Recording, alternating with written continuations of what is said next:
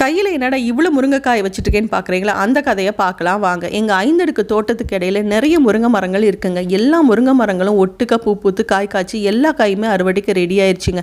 இன்னைக்கு எப்படியாவது எல்லாத்தையும் பறித்து கடையில் போய் விற்றுலான்னு முடிவு பண்ணிவிட்டு அறுவடைக்கு இறங்கியாச்சு.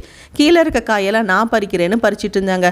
சில காய்கள்லாம் மேலே இருந்தது, அதை குதிச்சாவது பறிச்சிடலான்னு பறித்து பார்த்தாங்க. முடியல, சீச்சி இந்த காய் புளிக்குதுன்ற மாதிரி அதை விட்டுட்டு அடுத்த மரத்துக்கு போயிட்டாங்க.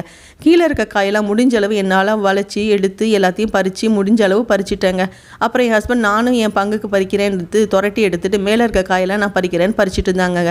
முருங்கை மரத்தை நாங்கள் முன்னாடியே வெட்டி விட்டுருந்தோன்னு வச்சுக்கோங்களேன். கீழேயே கிளப்பிரிஞ்சு காய் நல்லா கீழேயே வச்சுருக்கோங்க. அப்போ ஈஸியாக இருக்கும் அறுவடை பண்ணுறதுக்கு. ஆனால் நாங்கள் விட்டனால நிறைய காய்கள் மேலே போய் வச்சிருச்சுங்க. எங்களால் முடிஞ்ச அளவு எவ்வளோ தூரம் எட்டுதோ அவ்வளோ தூரம் பறிச்சுட்டு இருந்தோங்க. காயெல்லாம் காய்ச்சி ஓஞ்சதுக்கு அப்புறமேலு நாங்கள் இதை வெட்டி விட்டோன்னா அடுத்த வருஷத்துக்கு எங்களுக்கு கீழேயே காய் வைக்குங்க. சரி, இப்போ எங்கள் ஹெல்ப்பரும் நானும் வந்து பறிக்கிறேன்னு வந்தாருங்க. அவரால் முடிஞ்சளவு எக்ஸசைஸ்லாம் பண்ணி அவரோட திறமையெல்லாம் காமிச்சு எவ்வளோ தூரம் எட்டுதோ அவரும் பறிச்சாருங்க. அப்புறம் எங்களால் முடியலைங்க, எல்லா மரத்தையுமே இன்றைக்கே அறுவடை பண்ணி முடிக்க முடியல. அது இல்லாமல் மேலே இருக்க காய்களையும் எல்லாத்தையும் எங்களால் பறிக்க முடியல. சரி, அடுத்த வாரம் பார்த்துக்கலான்னு விட்டுட்டோங்க.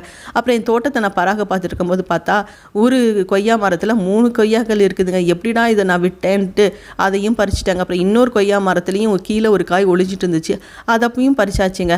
அப்புறம் நமக்கு பறித்த முருங்கை காய்கள் எல்லாம் பிரித்து எது முத்தல் இலசுன்னு பிரித்து கட்டி வச்சா தானங்க நம்ம போய் கடையில் போய் விற்க முடியும். எல்லாத்தையும் பிரித்து கட்டியாச்சுங்க. என்ன தான் போய் விற்றாலும் அடிமாட்டு விலைக்கு தானங்க கிடைக்கும்.